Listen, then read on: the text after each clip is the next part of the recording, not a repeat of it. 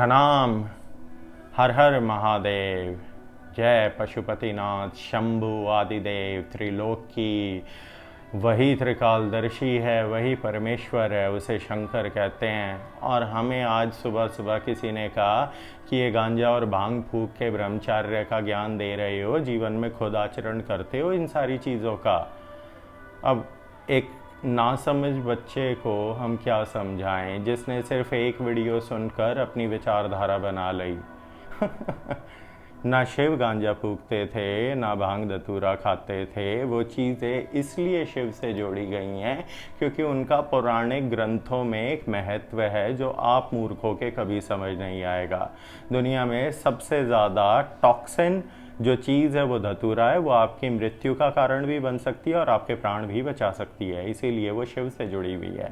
भांग है, उसकी medicinal properties होती हैं आत्तों के शुद्धिकरण की, वो भी आप नहीं समझ पाओगे। लेकिन आपने तो हमें नशेड़ी बता दिया, गंजेड़ी बता दिया। नशा और गांजा करने के पश्चात ये सारा ज्ञान योग सभी कुंडलिनी चक्रों को एकाग्र करके जो विद्या प्राप्त करी जाती है सनातन ज्ञान योग से, वो इतनी आसान थी तो 50 रुपए की गांजे की पुड़िया हम भी खरीदवा देते हैं आप सबको। आप भी कोशिश कीजिए। लेकिन अपने इन नशों को जस्टिफाई करने के लिए शंकर को तो बदनाम ना करें। अरे उसने हलाहल भी पिया था, तुमने समाज के कल्याण के लिए कितनों का विष पिया है।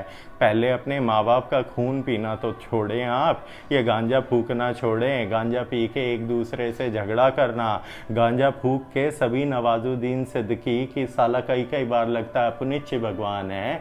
इस अहंकार में जब तक आप जिएंगे आप वास्तविकता कैसे जान पाएंगे। इसीलिए सत्य जाने ना, हम गांजा पीते हैं ना हमें ज़रूरत है। क्योंकि जो परमात्मा की भक्ति है, भक्ति योग जब अखंड हो जाए तो माथे के बीच में DMT प्रदान करके जाए, जो दुनिया का सबसे बड़ा नशा है।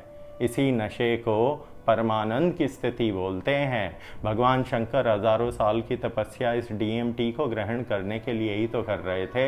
हर एक योगी के जीवन का लक्ष्य भी यही है। जब हमने DMT प्राप्त कर लिया तो हमें किसी भी चीज़ की आवश्यकता नहीं है। हमारा शरीर, हमारे कुंडलिनी चक्र, हमारी इंद्रियां हमारे नियंत्रण में और हमारा आने वाला भविष्य भी। इसीलिए आप अच्छे से दूसरों का तिरस्कार करते रहें कि शंकर भी गांजा फूकता था, मैं भी फूकूंगा और ये तो गंजेड़ी बाबा है।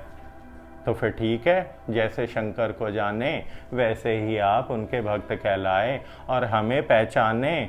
इतनी बुद्धि अभी इस कलयुग में आप जैसे मनुष्यों के पास ना हो पाए। प्रणाम।